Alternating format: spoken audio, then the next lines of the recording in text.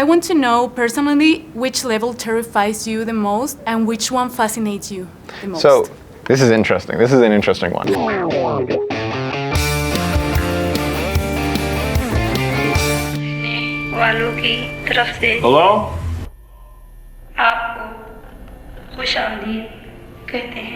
Anyone there?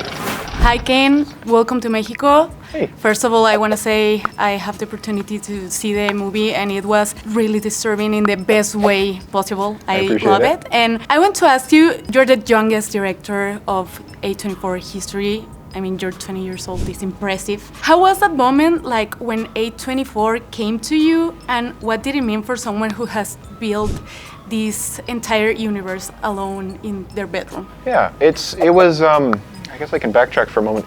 I started this YouTube web series in the beginning of 2022 and pretty much immediately it gained a level of traction and following that I did not expect for it. I expected it to do pretty bad actually, compared to the other stuff I was doing at the time. As it sort of like went on within the first month or so, people started reaching out, not A24, but like lots of production companies and people I had never heard of, and that just wasn't the world I was in at the time. And so I started meeting people and I like sort of approached a lot of conversations with a lot of caution just to make sure like as to, you know, hold on tight to this project that I care a lot about. At a certain point I found like a really great partnership with Atomic Monster and 21 Laps, and as we kept, you know, like talking over like what is a version of, you know, what could a film be that fits into not just the idea of Backrooms but like the world that has already been set up online, because there's, you know, so there's such a fan base for that already that it's like we can't go and reinvent the Backrooms for a film. It has to be the exact same continuity and the exact same timeline and everything. So it's like, what is a film that works for my audience and people who have never heard of the Backrooms? And so it took us a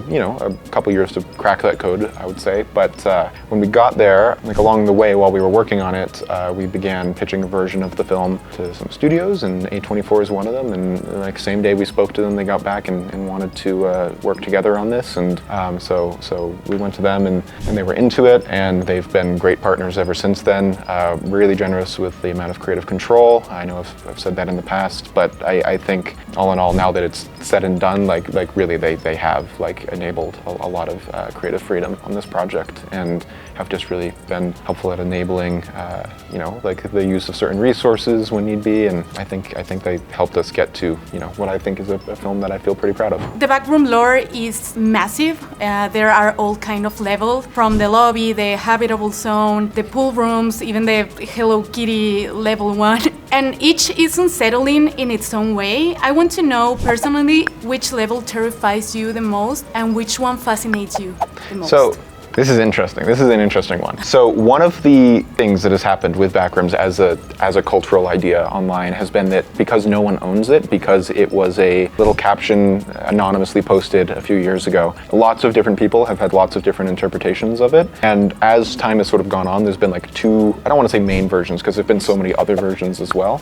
but there's no one true Backrooms, I guess. People cite that original post as the one true Backrooms, but really all that does is set up the idea that if you fall out of reality, you end up in that place in all directions forever, and there might be something else in there with you. That's as far as it goes, and it sets it up well. The levels aspect is something that has definitely come up in conversation around what I do, as it's not something that pertains to like my body of work, and it's not something that I work with in the film. So I'm actually I'm probably not the right person to ask there on like, you know, knowledge of these levels, as that's sort of there's this other sort of version of the Backrooms that is you know, like widely known on social media and is around where it's more of like, I don't truthfully know a lot about that version of the Backrooms, so I've been pretty focused on mine, which takes a bit more of like, I like to think a sort of semi-hard sci-fi approach to the idea, where it's a little more natural, but I generally run on the, you know, the idea of it being more of like biomes, sort of, where if you go far enough, you start to find new areas. So that's a very long-winded answer that doesn't quite answer the question, mainly because I don't think I can, unfortunately, just because I don't know them. But I know that within the context of my film, it's the one that I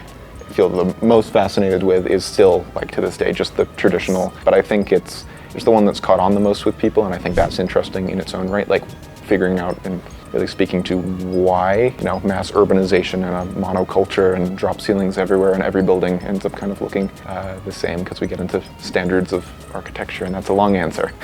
Don't worry, it's an amazing answer. And just to wrap it up, what elements from your original series were absolutely essential to bring into this film, and what did you allow yourself to add or explore maybe for the first time in the movie? Yeah, I think like the essentials would have been anything pertaining to the logic of how the Backrooms works, like the little things, like how you get in, how you get out, you know, like keeping things solid so that when you round a corner and go back the way you came, the building hasn't shifted into a different building or something. I personally prefer with my body of work to keep the building pretty structured and static, and so I think there's like logical things there, and like the world with like the Async Research Institute, and all of these little mythology ideas, keeping those strict in continuity with the YouTube series. But then there's the I would say, like, you know, this aspect of, you know, we're working in a different medium where it's not 99% found footage. The YouTube series has a bit of non-found footage stuff, but I think it's a medium shift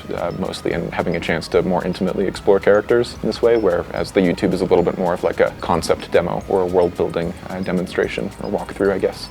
So I think that's probably the biggest distinction. Well, thank you so much. Congratulations for the movie. It's amazing, and I know Mexico will love this movie. Thank you. I am excited to show it. Hello?